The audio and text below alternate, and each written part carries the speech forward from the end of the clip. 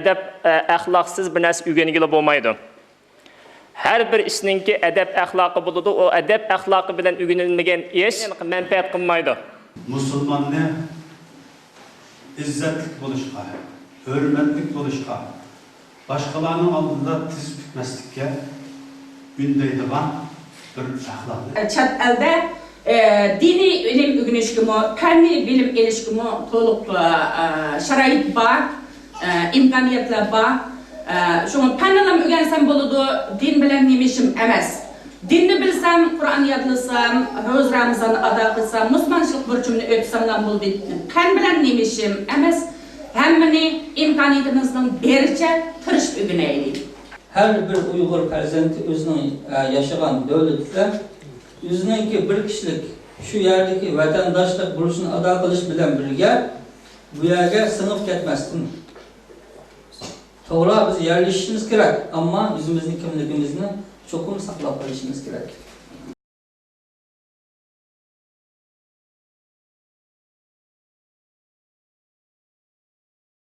Bugungi baliq programmaning riyosatchisi men Abdullah hammaga xizmat qilaman.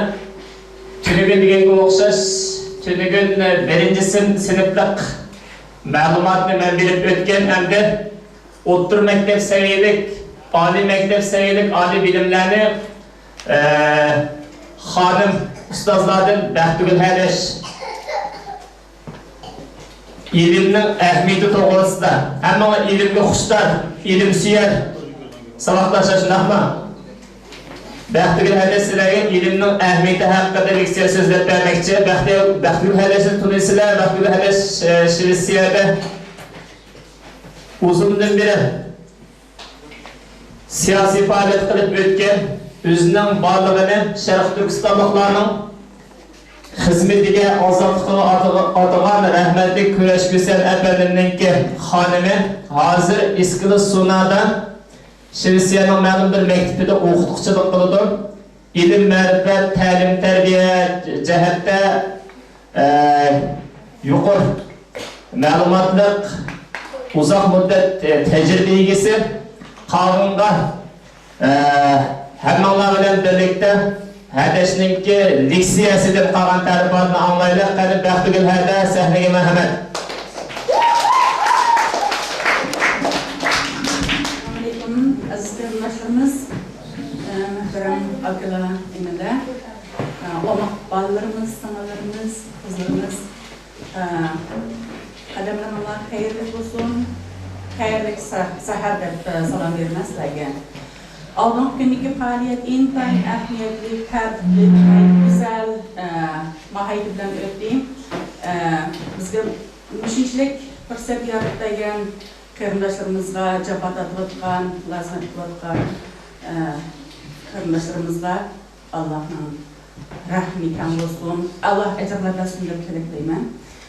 Bugün ilim hakkında azraqta sözler beriş muvaffaq geldi bu fırsatdan memnunman. Yazganlarım belki hammalarga odil kelishi yoki kelmasligi mumkin, ba'zi oddiy bo'lishi mumkin, ba'zi sal murakkab bo'lishi mumkin. Hammani 100% tushunib deb talab qilmayman, ammo har holda shu bir qachiq suv olsak, shuningki suv olgan namchilikmi bo'lsa, unimi qoladi deb tushunaman. Shunlashqa men bir necha temalarni so'zlayman. Biz o'rtaqlashib baqsak, bilim nima, nimani o'rganishimiz kerak degan haqda. Hammamiz vatandan muhojiratda bu yerda yashayotganmiz, Yevropaning zaminida.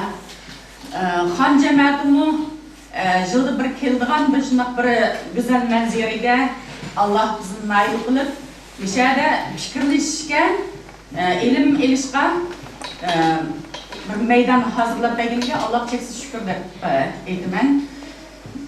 Menimki tanlagan temam ilimning ahamiyati, ya'ni shundaq savollar bo'ldi ekan qarindoshlarımızda, ota-onalarimiz shundaq, bolalarimiz, yoshlarimizdami.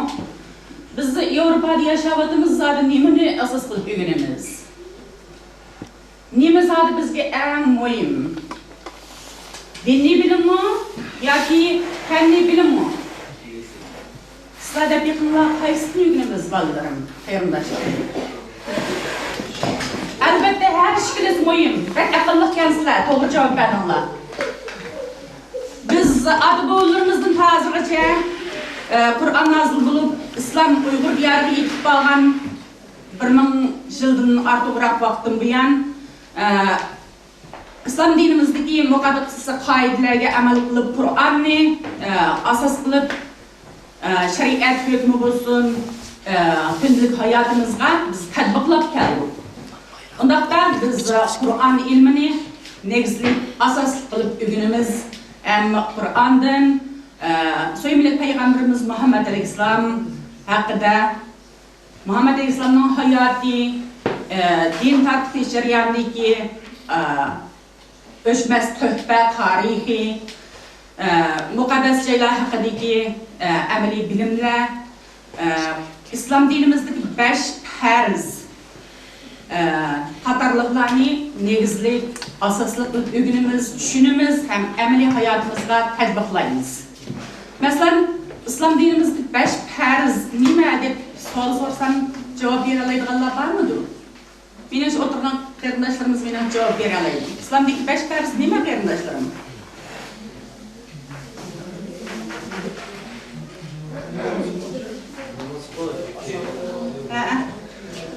Aldı bilen bizni yaratuvchi, butkul koinotning egasi bo'lgan Allohning bor ham birligiga, haq ekanligiga iymon keltirish. Shundaqmi qarindoshlarim? Ondan So'yimli Payg'ambarimiz Muhammad alayhissalomning Allohning bizga yetkazgan elchisi, barhaq rasul ekanligiga ishonish, iymon keltirish. Allah nazil qilgan kitoblardan Qur'oni Karim va boshqa muqaddas kitoblarning haq ekanligiga iymon keltirish. Shundaqmi? Ondan qurbimiz yetgancha hammamizga naim bo'lgan, nazil bo'lgan Ramazan rozasini ado qilish.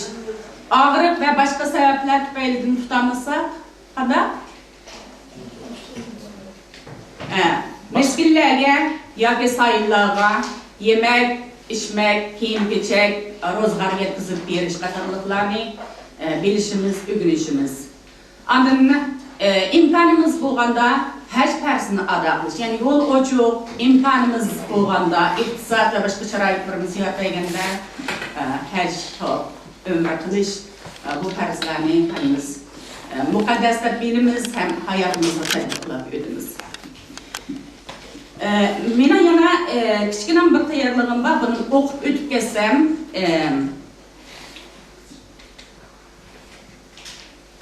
vatanda ahvolni hammamiz bilamiz. Xitoy naytimi jiq mablag' vaqt, moddiy va ma'naviy kuch ajratib xalqimizningki diniy yo'llarini etib tashlab bolalarni bo'sh vaqtidan boshlablar yasli yeshidillar, ona tilidan ayirib tashlab nima uchun?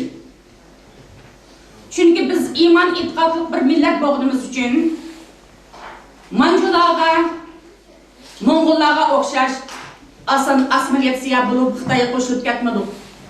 Hozirgacha xalqimiz bosh egmay har turli qarshiliklarni qilib kelyapti. Vatan ichida bo'lsin, sirtida bo'lsin, uzluksiz qarshilik harakatlar bo'lib o'tyapti.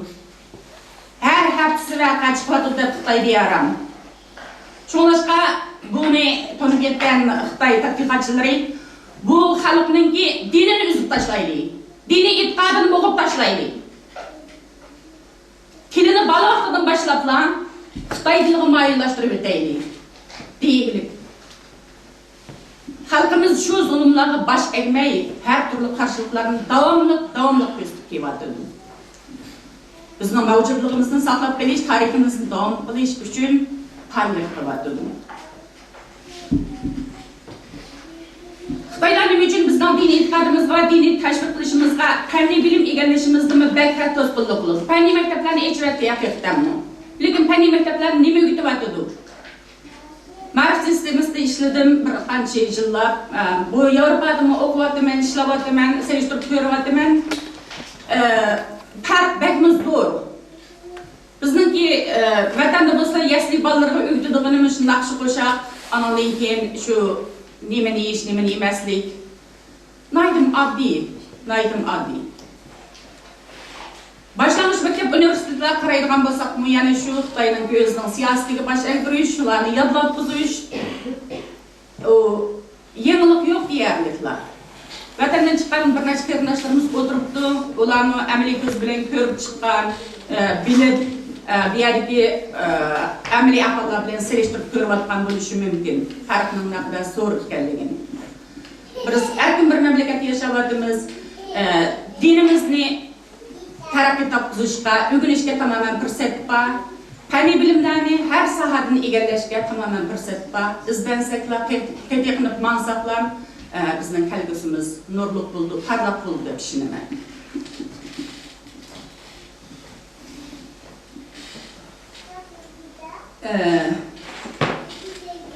Endi yana mas'ul qaytib kelsak, Xitoylar bizning dinimizga nima uchun shuncha qarshi bo'ladi? Oldi bilan alaylik, biz biroz o'rinda bir haqiqiy diniy bilim bor, bizning to'g'riliq, din to'g'riliq bizni qayliq hududlarni anglaganda, oldi bilan nima deymiz? İşlemenki umuman hammamiz Allah'a sevgini bilib bilmay qilgan gunoyimiz uchun tavba qilamiz.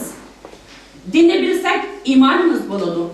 Imonimiz bo'lsa, albatta imonimiz bo'lsa, yomon ish qilishdan qo'rqamiz, ota-onamizni hurmatlaymiz, urug' tuqqan qarindoshlarimizni ko'yinimiz, do'st birodarlarimizga yomonlik qilmaymiz.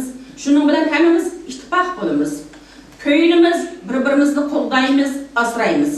Mana bu da Xitoylarning bizning dinimizni to'sishining birdan-bir muhim sababi deb qarayman. Chunki ular biz xalqning ittifoq bo'lishimizdan bek qo'rqadi. Bizning ittifoq bo'lishimizni hech xohlamaydi.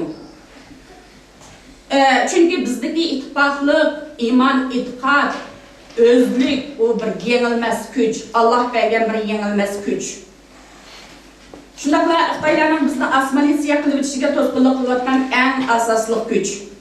Shuni ular butun kuchi bilan bizning dinimizni burmilab, o'zi qilayotgan eng asos burmilab, o'zi tarbiyalagan odamlarni masjidlarga, asosli o'rinlarga o'zlarining siyosatini tashviq qiladigan xodimlar qilib kuchab qo'yyotdi.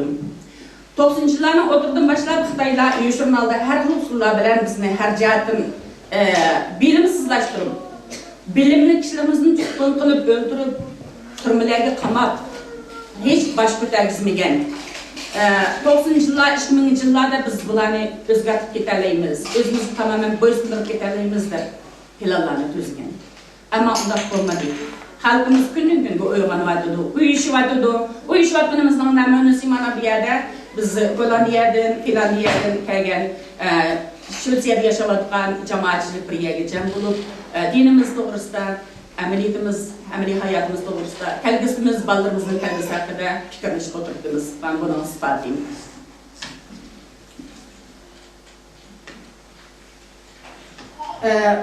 Keyingi vaqtlarga kelsa, ko'pchilikka ma'lum bo'lgandek, Xitoylar yana bolalarni, yosh o'smirlarni Ishkirdagi Uyg'ur maktabi, yana Xinjiang, atalmish Xinjiang maktablariga olib u yerda e'tibor berib, o'zlaricha e'tibor berib o'qitish siyosatini yo'lga qo'yib baqding. Bu yerga baqan o'quvchilarning qanday bo'ldi? Aqli o'shinayda joyda o'tkir bolalar o'zligiga qaytdi. Ya'ni biz Uyg'ur, o'z tilimiz, o'z madaniyatimizni biz davomli eltmanimizdir. Hatto tushunib ketgan o'quvchilar bor. Shu yerga baqandan keyin qaytadan uyg'onib, to'xta, bularning degani hesabmi yoki biz qaytadan izlanishim kerakmi deb boshqadan o'zimizga qaytganlar bor. Yana ba'zilar bo'lsa, shularning nima desa shu hesab. O'qish bitirsamlam, diplom olsamlam, xizmatga chiqsamlam, o'zimning oilasdan chiqsam hesab deganlarmi bor bo'ldi. Gerçi Xitoylarning planlarida biz ba'zan asli illatlarni o'zimizga yo'qtirib, oramizdagi ittifoqlik buzilgan bo'lsa-mu, lekin ya'ni vatan ishida vatan sirqiga qaraydigan bo'lsak, xalqimiz zo'r uyg'onish bosqichida, uyushish bosqichini beshini kechirdi.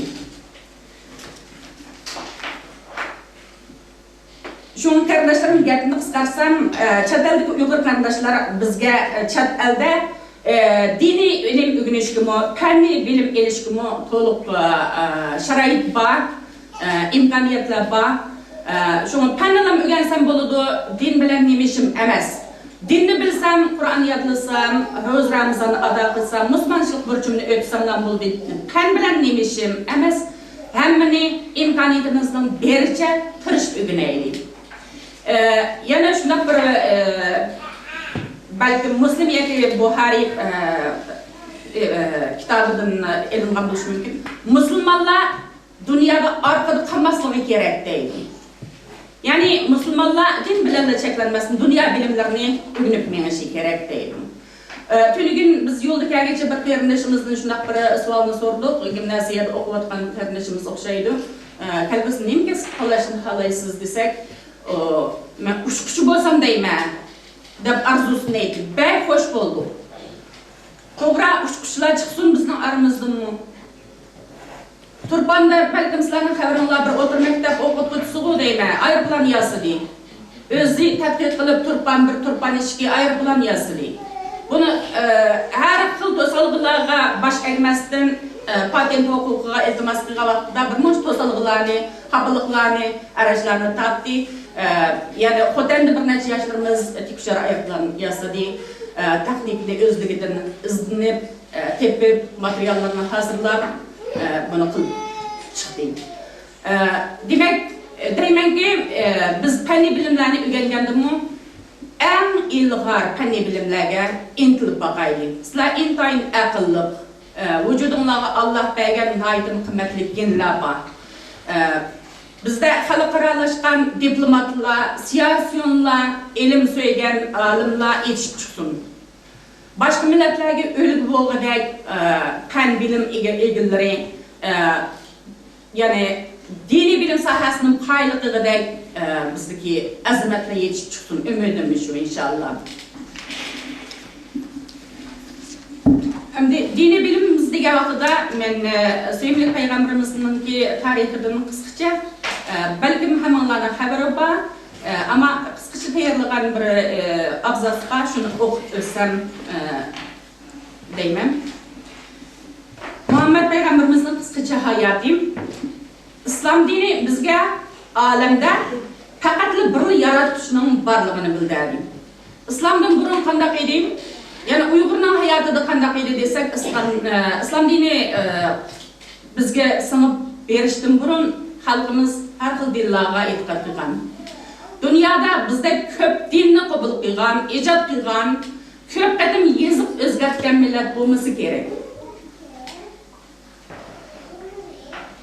Yani İslam dini bizga yetib berib, sevimli Peygamberimizning vahiylari yetib borgan vaqtda zaminimizdagi xalq olamda faqat bir yaratuvchining borligini, İslam dinining haq din ekanligini bildi. Yaratuvchining bir ekanligini tanidi. Allah degan arab so'z bo'lib, Allah butkul mavjudotlikni yaratdi. Olamda uningdan boshqa iloh yo'q. Allah bizni so'ydi. Shuni bizni to'g'ri boshlamak uchun insonlar orasidan ba'zi fazilatli kishilarni tanlab, o'z fanniy nasihatlari va qonunlarini bizga yetkazishga buyurdi. Biz bu kishilarni payg'ambar deb atadik. Hozirgacha nurg'un payg'ambarlar o'tdi. Balkim esinlarda bor. İsa peygamberim, Yaqub aleyhisselam, Yusuf aleyhisselam, Musa aleyhisselam, Davud aleyhisselam, İsa aleyhisselam. En ahirki peygamber Muhammed aleyhisselam. Allah'ın en yakın dostu. Azmış kelgan Muhammed peygamberim bolsa, Allah'ın en ahirki elçisi, bütün insaniyatni hidayetga yetaklik uchun. Muhammed aleyhisselam'ninki dunyoga kelgan vaqti hammalarga xabar bor, balkim miladiye 570 yıldan 8. ayının 20. günü Düşenbe seferdə Arab yarım aralığındaki Mekke'de dünyaya kelgan, icratga bağlan, hacga bağlan, ömürge bağlan qardaşlarımız ziyaret qilib geldi. Yaşlarımızga, balalarımızga inşallah Allah hayırlı vakitte hac, ziyaret, ömre nasip etdi inşallah. Muhammed Aleyhisselam doğuluşunun 6 ay burun onun dadisi Abdullah vafat bo'ldi. Muhammed Aleyhisselam 6 yaşga kirgan vaqtida sevimli anasi Amina ana vafot bo'ldi. Demak, Muhammed Aleyhisselam qanday hayot kechirdi, qanday cho'ng bo'ldi, hammamizga ma'lum. Yetimlik ichida. Yetimlik ichida hayot o'tkazdi. Şun esimlarda barmiki bir sura bor. ey müminler, namaz kılıvatkanlar, miskinge açlamak begin, yetimlerine düşkünlemegin begin. Demek bu şu sözün özünde İslam'ın ne kadar güzel demek geldiğini bilardınız gelmişler.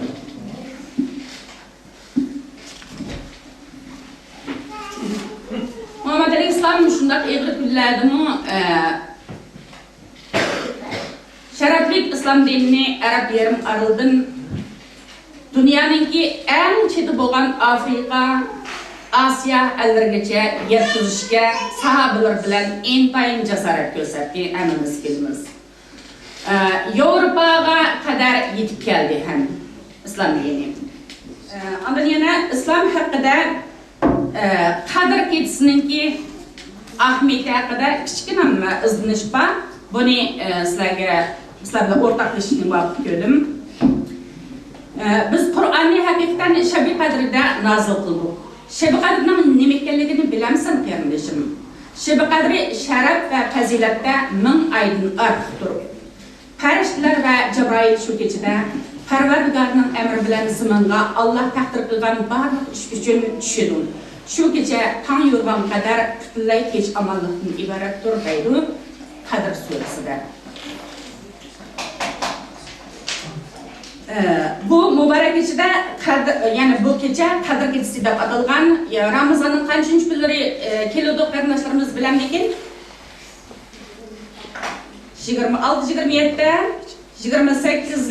3 gün aralığında ders verildi. Şunaklı bu günlerde Kudayım verirse Ramazan'ın 1. günü 6. ayının 18. günü başında vardı. 7. ayının oturulurga doğru gelişi mümkün. İnşallah bu günlerde ayımay ibadet kıldığan Müslümanlık borcumuzdan ada kıldığan bir uluk gece de insanlar selip geçişini layık gördüm. Hani yine Ramazan ayında kılış zörül boğan yani bir moyum farzının birisi nemi tapşırışımız gerek? Zakat verişimiz gerek. Şunak mı? Zakat hakkında küçükten müşenci varken bunu insanlarla selip geldim. Peygamber Aleyhisselam mındak deydim. İslam dini 5 narsa üstüge kurulgan. O bolsa bir Allah'tan başka ilah yok. Muhammed Allah'ın bir hak elçisi deb kelime şehadet eytiş, farz namazlarını ada kılıştın, zakat veriştin, hac kılıştın ve Ramazan roz tutuştun ibaret. Buhari ve Müslim rivayet kılgan. Allah Teala yukarıdaki ayetler ve başka nurulgan ayetlarda zakat verişini keskin farz kılgan. Peygamber Aleyhisselam bu farzını bizge yetkiziş bilen birge, onun qandaq şekilde ada kılınganlığını bayan kılgan. Zakatның İslam dinindeki orni nayt yuqur bulup her kılışqa bulmaydı. Zakat şeriatga zakat veriş ölçümüge yetadigan malga ega bo'lgan musulmonlarning ado qilish tegishli iqtisodiy ibadati bo'lib, ya'ni iqtisodiy ibadat. Buning uchun buningdagi hikmatlar mundaq ekan. Birinchi, insoniyatning nafsini bexillik va qisiqlikdan, ochko'zlik va tamahorlik, razilliklardan pokizlash uchun.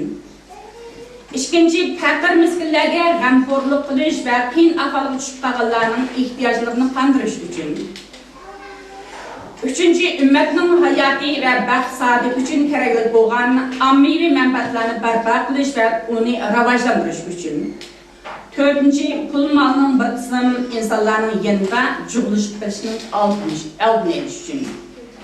Bunu belki sizler kiçikinlerden anlap çoğun buldunlar, bu katım yana insanların set koyuşunu muvaffak kökenliğim için diğer sözde oturup demen. Zakatqa alakadar bo'lgan başka hükümler mındakken, birinci, zakat ayırış vaqt kirib bo'lgandan keyin zakatni ayırışdan burun mal halak bo'lib ketsa, zakat mal egasining zimmasiga qarz bo'lib qoladi ekan. İkinci, malning zakatini ayırıp tegishli kishi yoki o'ringa berishdan ilgari ayrilgan zakat halak bo'lib ketsa, qayta zakat ayirish kerak ekan. Uchinchi, zakatni kechiktirish uni saqt qilmaydi. Ya'ni bir kishi bir qancha yillik zakatni ayirmagan bo'lsa, ilgari zakatning hammasini ayiradi ekan. To'rtinchi, ikki sherikning o'rtasidagi o'rtaq malga har bir sherikning hassasi ayrim holda zakat berish o'lchami yetmasa, zakat kelmaydi ekan. Beşinci, zakat veriş ölçümüge yetadigan malga ega bo'lgan bir kishi zakatni qilib yo'l to'sishni ilgari u malni satsa yoki hadiya qilsa, malning ma'lum bir qismini yo'qotsa, zakat o kishining zimmasidan saqit bo'lmaydi ekan. 7. Zakatga bergan malni yani 6. Başkalarının zimmisidagi elishini zakatga hisoblab beraversa bo'ladi. 7. Zakatga bergan malni zakat beruvchining setib olishi to'g'ri emas. 7. Bay ayol zakat elish shartiga tushadigan yo'ldoshiga beraversa yaxshi bo'ladi ekan. 9. Zakatni shartga tushadigan urf-tuqqanlarga, ya'ni shartga tushadigan urf-tuqqanlarga beraversa yaxshi bo'ladi ekan. Zakat beradigan kishi va o'rinlar haqida kichik tushuncha bor ekan, buni o'qib o'tay. Birinchi faqirga, ya'ni meli o'zining ehtiyojini va beqish kerak bo'lgan kishilarning ehtiyojini qamdashga yetmaydigan kishi faqir hisoblanadi. Zakat berish o'lchamiga yetmagan meli bo'lsa-mu, bundaq kishi yana faqir hisoblanadi. Ikkinchi, ya'ni miskinga, o'zining ehtiyojini qamdagidek mol topolmaydigan, boshqalar tarafidan farqlanib sadiqim berilmaydigan va insonlardan bir narsani kelmaydigan kishilarga. 3. Zakat xodimlariga, ya'ni pay bo'lsin yoki namrat bo'lsin, zakat yig'ishga aloqador ishlarni qilgan, hammasiga yig'ilgan zakatning sharti beriladi ekan. 4. Dillarni islomga moyil qilish ko'z tutilganlarga, ya'ni o'zining e'tiqodi ojiz, lekin qavmining ichida so'zi o'tgan kishilar, shuningdek o'zining yoki qavmining iymon etishi ko'z tutilgan kofirlarga bölüp berip ularning dilini iymoniga, e'tiqodga moyil qilish. 5. Qullarni azod qilishga. Bu so'z qoldi hamda inson haqlari qonunida, islomda birisini qul qilish yo'q. Chunki inson tug'ilishidan ta hozirga hayotning oxiriga qadar har bir inson hurdir. Hech bir inson insonga qul emas.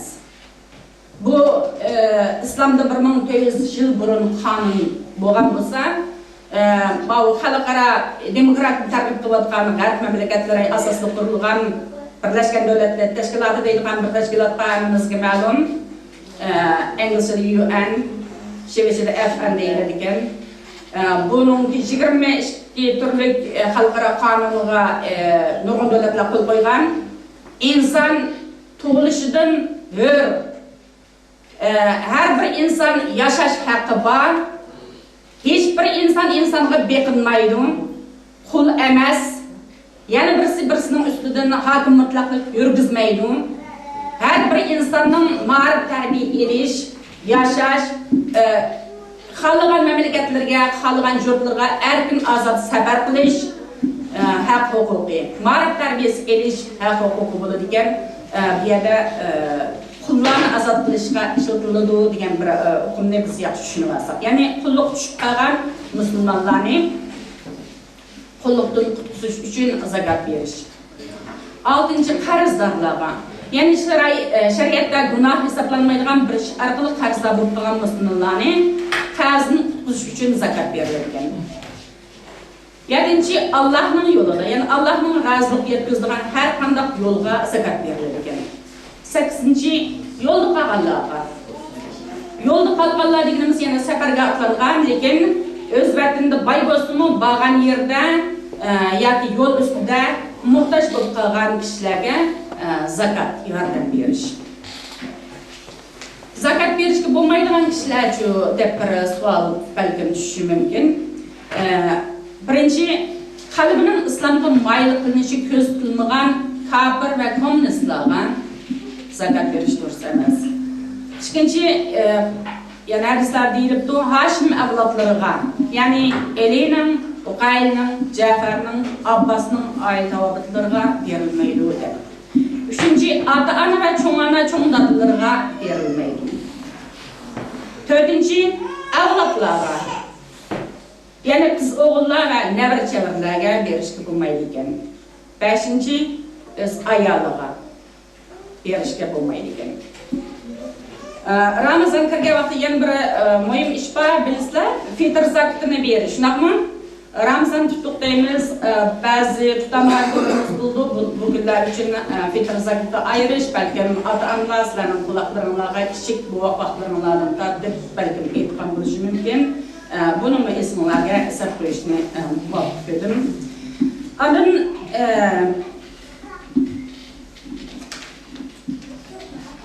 Uyghur milletimizga yana qaytib kelaylik. Uyg'urlarda islom madaniyati qanday bo'lgan degan bir kichik tema bor. Hamma tushunishni talab qilmayman. Qanchalik esinglarda qolsa, qanchalik sizlarga yoqsa, shunchalik qabul qilsanglar, men nihoyat mamnun bo'laman. Hozirgi zamon Uyg'ur millatining jiroq ota-bobolari Tang'atog'larning janubi va shimolidagi bo'ston va yayloqlarni asos qilib Farg'ona va Yettisuv, O'rxun va Selinga atroflarida yashagan. Oğuzxon, Afrasiya, Bökülxon va Buğraxon qahramonlik rasullarga varislik qilishgan xalq jamoati Yağlı Qara, ya'ni Yağmı qabilalaridan tashkil topgan. 10 Uyg'ur, Sharqiy Uyg'ur qabilalaridan tashkil qilgan O'rxun Uyg'ur xonligi g'ulab, Yağlıqlar Ganju Sarq Uyg'urlarga aylangandan boshqa Adiz Yağmı qabilalari xalq jamoatidan tashkil qilgan 9 Uyg'ur, G'arbiy Uyg'urlar 5 xalq, ya'ni Edukut, Arslan xonligi, Qashqar, Qo'z, Urdu, Buğra, Qara xonligi bilan Onunğa təvə O'rta Asiya ilik xanlıqlarını təşkil qılıb, Şərq bilan Qərb arasındakı məşhur Jipak yolu arqılıq, aləmşumul tarixi şöhrətə ega bo'lgan islomiy madaniyatga ko'rnarlik töhfa qo'shgan. Ya'ni islom dini bizga kirgandan hozirgacha islom hayotimizga ta'sir ko'rsatganga o'xshash bizning tariximizdagi har bir davrlarda yetishib chiqqan faylasuflar, olimlar başqa davlatlarga o'z ta'sirlarini ko'rsatgan. Ya'ni Yipak yo'li orqali Uyg'urlarning O'rta va Markaziy Osiyo millatlari orasida yashagan territoriyalarning kamligi, o'ldiroqlashish va terrorchilikni asos qilgan terrorchilikka eng dastlab qadam qo'yganligi, ko'kturib qolganligining dehqonchilik, hunarsizlik ishlari Uyg'urlarni jalb qilish asosida maydonga kelganligi, sha'ar, qal'a hayoti va moliya so'rig'i bo'lgan mahorati, yazık ve ədəbi ticarətdə aldığım orunda turğanlığı, iqtidai anizm, tudizm ve şaman əqidlərinin allı burun alaqını üzüb, ateşpərəstlik, mani, budizm mədəniyyəti bilan tanışqanlığı, öz tarixində bir qatar şəhər, qal'a məmləkətləri və bir qancha xanlıqlarını bərpa qılğanlığı, güclü siyasi ərbablar, sərkərdilər, mütəfəkkir alim şairlər, tarjimashunaslar va ko'rilgan savdo iqtisodiy hujjatlarning yetishib chiqqanligi bu millatning madaniyat qatimining boyligi, afzalligi va o'ziga xos taraqqiyparvar xosiyatlarini shakllantirgan. Xuddi qadimgi suriyaliklar o'ziga xos milliy madaniyatdan tashqari Grek, Misr, Mesopotamiya va Hindi madaniyatlari bilan o'zlarining madaniyat qatlamini beyitganlar, Uyg'ur millatining o'ziga xos mahalliy madaniyatdan tashqari O'rta Diyor, Grek, Rim, Arab, Ajam va Hindi madaniyati ta'siri bilan o'zining madaniyat xazinasini beyitgan va yuksaltirgan. Bu hal Uyg'ur xalqining butun O'rta Osiyo va Markaziy Osiyo millatlari orasida eng madaniyatli millatlar salohiyatiga muyassar qilgan. Ya'ni bu yerda kichkina tarix balkim sal murakkab tuyulishi mumkin. Ish tushuntirganda xalqimiz, ya'ni sizlarning ota-bobolaringlar uzak ata-bobolaringlar tarixda Yipak yo'li madaniyatini yaratgan ham turkiy qavmlar, masalan turkiy qavmlar deganda qozoqlar deymiz, Ozarbayjonlar, o'zbeklar, hatto turklar, bular ulgu bo'lib islomni eng baldir qabul qilgan, ham islomning O'rta Osiyo, O'rta Sharq va Sharq mamlakatlargacha yetib berishida to'g'rilik rolini, oltin to'g'rilik rolini o'ynagan Alloh ajrlar ato qilsin shu davrlarimizga, shu davrlarda yashagan azamatlarimizga. Turkcha bilgan qarindoshlarimiz balkim biladi, turklarda uyg'urlashmoq deydigan bir so'z bor. Uyg'urlashmoq degan so'z ularningcha madaniylashmak, madaniyatni barpo qilmoq deyiladi ekan. Demak, shu so'zning o'zidan bilib olish bo'ladi. Uyg'urlar Türkiye qavmlariga eng baldur madaniyat tarqatgan, islomni eng baldur qabul qilib, ulargacha kam yetib berishiga turkchilik to'g'rilik rol o'ynagan.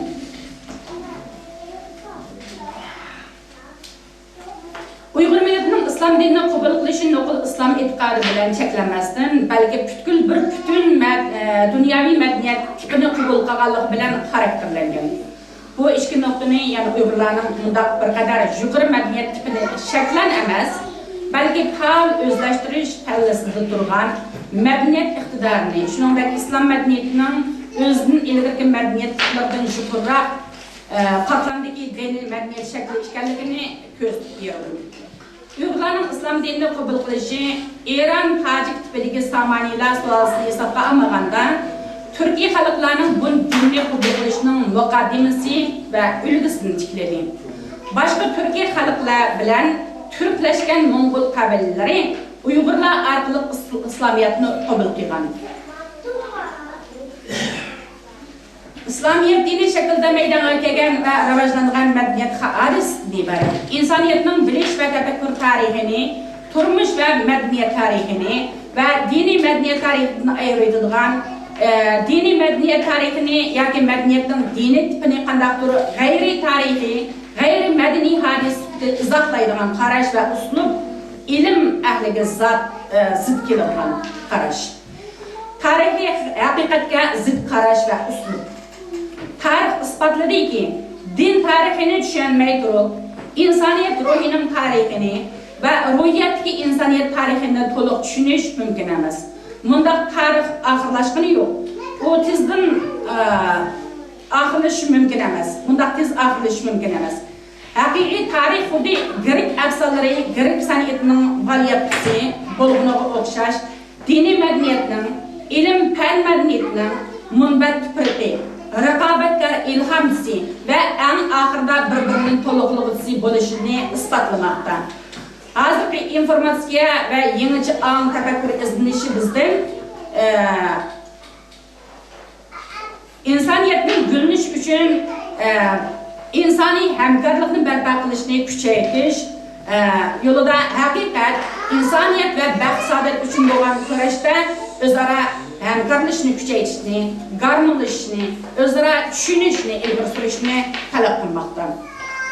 Yaratuvchi Alloh koinotni yaratgan vaqtida